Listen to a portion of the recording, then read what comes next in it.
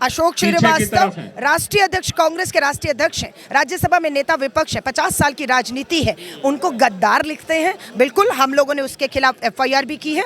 अश्विनी वैष्णव जो वहाँ के मंत्री हैं, उन्हें भी लिखा गया है कि सरकारी चैनल पर सरकारी एंकर बैठकर इस तरह से गद्दार लिखता है, उस एंकर को तुरंत नौकरी से बर्खास्त करना चाहिए। जो देश में सब एकता अखंडता के बाद इस तरह की नफरत, जहर और गद्दार एक कांग्रेस के राष्ट्रीय अध्यक्ष को गद्दार चले जाएं। भारतीय सेना मुंह तोड़ जवाब दे रही है। पाकिस्तान के आतंकी ठिकानों को पाकिस्तान में घुसकर तबाह किया जा रहा है। जो कश्मीर पाक के कब्जे में है, हम कहेंगे सरकार को यही समय है। कांग्रेस नेता अलका लांबा जी हमारे साथ हैं।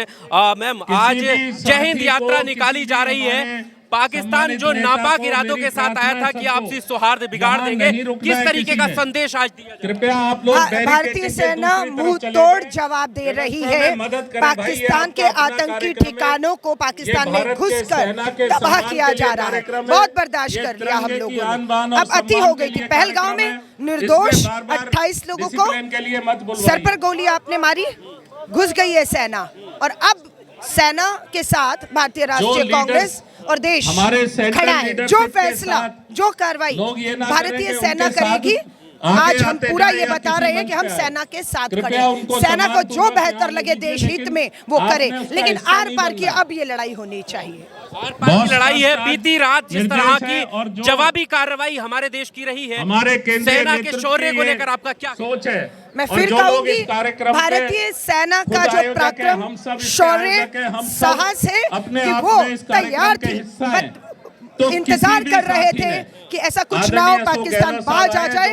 लेकिन आज सेना सरहद से आगे निकल चुकी है, उन आतंकी ठिकानों पर पहुंच चुकी है, और पाक ऑक्युपाइड कश्मीर, जो कश्मीर पाक के कब्जे में है, हम कहेंगे सरकार को यही समय है, यही समय है। वो पाक ऑक्युपाइड कश्मीर मेरी दहलीज पर है, वो घुस आए पहलगाम पुलवामा में। अब मुझे लगता है कि उन्हें खदेड़ना, उनके खदेड़ने की जरूरत है। एक जरूरी सवाल ये भी है, ऐसे वक्त में जब एक साथ है, हमने देखा कि एक सरकारी न्यूज चैनल पर इस तरीके का पोस्टर डाला जाता है और उसमें गद्दार लिखा जाता है, और कांग्रेस के शीर्ष के नेता आप मदद करिएगा। दुर्भाग्य है, दुख की बात है कि एक समय था दूरदर्शन, ऑल इंडिया रेडियो सच्ची खबरें दिखाता था। आज वही आरएसएस भाजपा के मुख्य पत्र बन चुके हैं। वो दूरदर्शन अपनी छवि, अपना सम्मान खोता चला जा रहा है। अशोक श्रीवास्तव राष्ट्रीय अध्यक्ष, कांग्रेस के राष्ट्रीय अध्यक्ष हैं, राज्यसभा में नेता विपक्ष है, 50 साल की राजनीति है, उनको गद्दार लिखते हैं। बिल्कुल, हम लोगों ने उसके खिलाफ एफआईआर भी की है।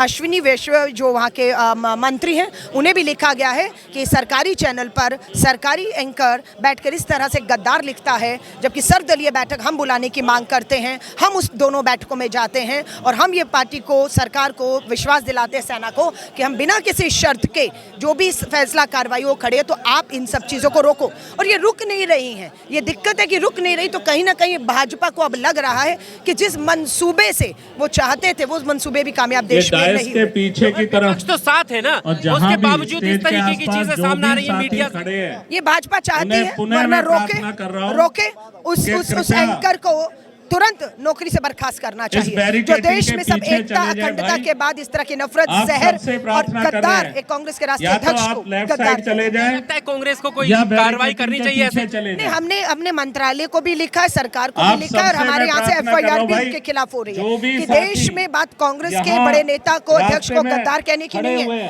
भड़काने की कोशिश है। हमने अपने कार्यकर्ताओं को बिल्कुल शांत करके सिर्फ देश के साथ खड़े होने को कहा है, सेना के साथ। वो आज हम जय हिंद यात्रा के माध्यम से खड़े हैं।